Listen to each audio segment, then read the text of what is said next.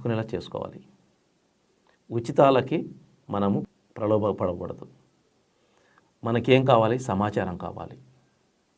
మనకేం కావాలి? మన ఉత్పత్తుల్ని మనం సొంతంగా మార్కెట్ చేసుకునే అవకాశం కావాలి. మనకేం కావాలి? మనం పండించిన పంటకు పెట్టుబడి పోను మనకు లాభం కావాలి. దానికి ప్రభుత్వాలు ఏం చేయాలో మనం డిమాండ్ చేయాలి. ఎందుకంటే ఈ దేశంలో ప్రభుత్వాల్ని నిర్ణయించేది రైతు.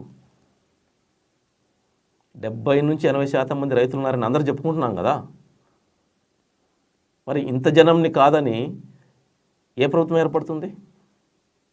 మరి డిమాండ్ చేయాల్సిన పరిస్థితులు ఎవరున్నారు? రైతు ఉన్నాడు. కానీ ఉన్నాడా? లేదు. చేయి చాపుతున్నాడు. నాకు ఫ్రీగా ఏమిస్తావు, నాకు ఫ్రీగా ఏమిస్తావు.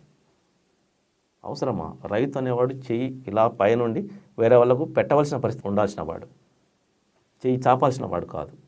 అలా నెట్టబడ్డావు నువ్వు. ఇప్పటికైనా తెలుసుకోకపోతే కష్టం.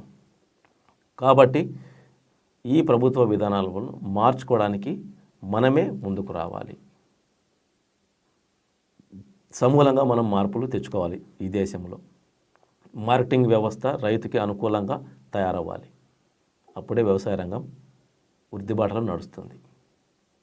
ఇక 4వది తయారీదారులు మార్కెటింగ్ వ్యవస్థ. అంటే మనం వ్యవసాయ రంగంలో